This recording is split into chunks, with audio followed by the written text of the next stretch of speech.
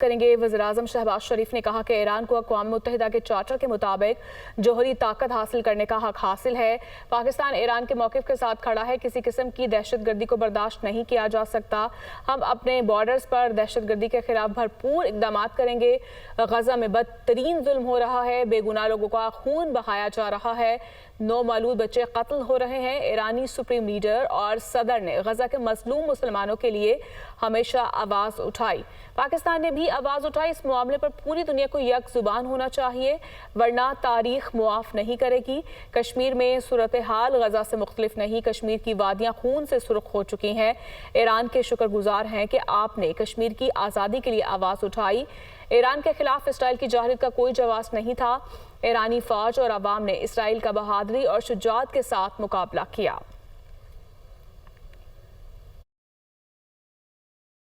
ایران کو پرامن مقاصد کے لیے اقوام متحدہ کے چارٹر کے مطابق پرامن مقاصد کے لیے آپ کو جوہری طاقت حاصل کرنے کا پورا حق حاصل ہے، اور میں سمجھتا ہوں کہ اس کے لیے پاکستان ایران کے اصولی موقف کے ساتھ کھڑا ہے۔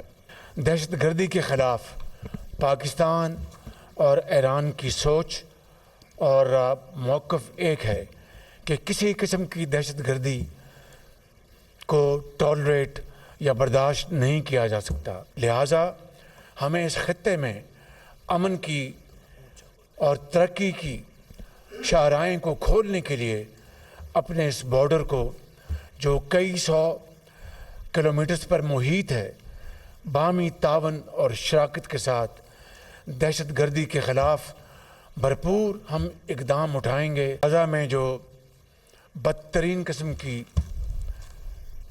ظلم و ستم اور بے گناہ لوگوں کا جو خون بہایا جا رہا ہے، اس میں ایران کے سپریم لیڈر جناب آیت اللہ خامنائی اور آپ کو تحسین پیش کرنا چاہتا ہوں کہ آپ نے غزہ کے اور فلسطین کے نہتے مسلمانوں کے لیے حق اور انصاف پر مبنی آواز اٹھائی ہے، اور پاکستان نے ہمیشہ غزہ اور فلسطین کے عوام کے لیے بھرپور آواز اٹھائی۔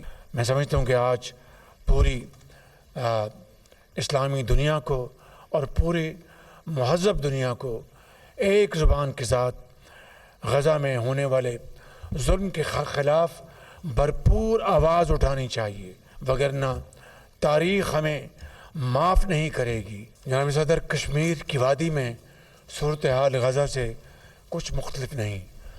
وہاں پر وادی میں معصوم کشمیریوں کا خون دن رات گر رہا ہے، ان کی وادیاں ان کے خون سے سرخ ہو چکی ہیں۔ ہمیشہ کشمیریوں کی حقوق آزادی کے لیے آپ نے آواز اٹھائی ہے۔ حالیہ جون میں جو اسرائیل نے بغیر کسی وجہ کے، بغیر کسی ٹھوس کاز کے جو ایران کے خلاف جارحیت کی، پاکستان کے 24 کروڑ عوام نے اس کی بھرپور مذمت۔ اس جنگ میں آپ کی لیڈرشپ میں فوجوں نے اسرائیل کے ڈیفنس کو، ان کو بری طرح ایکسپوز کیا، ایران کی سالمیت اور خود مختاری اور حمیت کا بھرپور دفاع کیا۔ میں ختاماً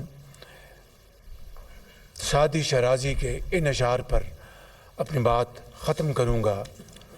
دوست مشمار آنکھ در نعمت زنت، لاف یاری برادر خواندگی۔